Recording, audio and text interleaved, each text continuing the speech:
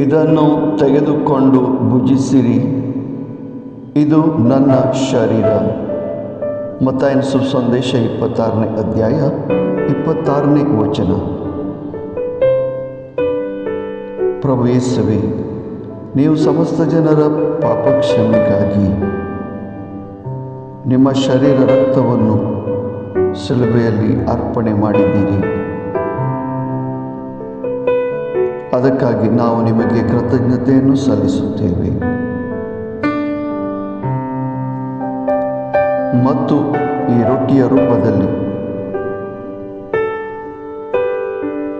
ಅದನ್ನು ಸ್ಮರಿಸಲು ಮತ್ತು ನಿಮ್ಮನ್ನು ಭಜಿಸಲು ಮತ್ತು ಅದೇ ರಕ್ಷಣೆಯನ್ನು, ಪಾಪ ಕ್ಷಮೆಯನ್ನು ಹೊಂದಲು ನಮಗೆ ಅವಕಾಶ ನೀಡಿದ್ದಕ್ಕಾಗಿ ಸ್ತೋತ್ರ ಸಲ್ಲಿಸುತ್ತೇವೆ ತಂದೆ. ಆಮೆನ್.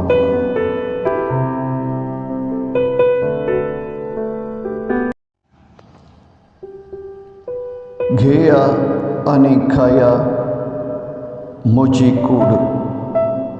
मातेवाची शुभ वार्ता 20:26-26.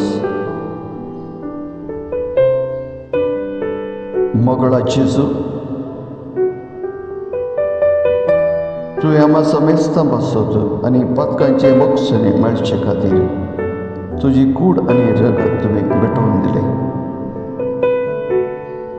आणि आम्ही या उंड्या रुपी तुका सेवंक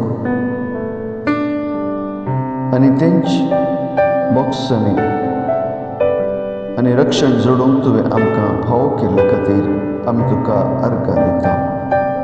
खरेपणी तुका सेवंक जायजली करपा लाभय म्हूण मागता. आमेन.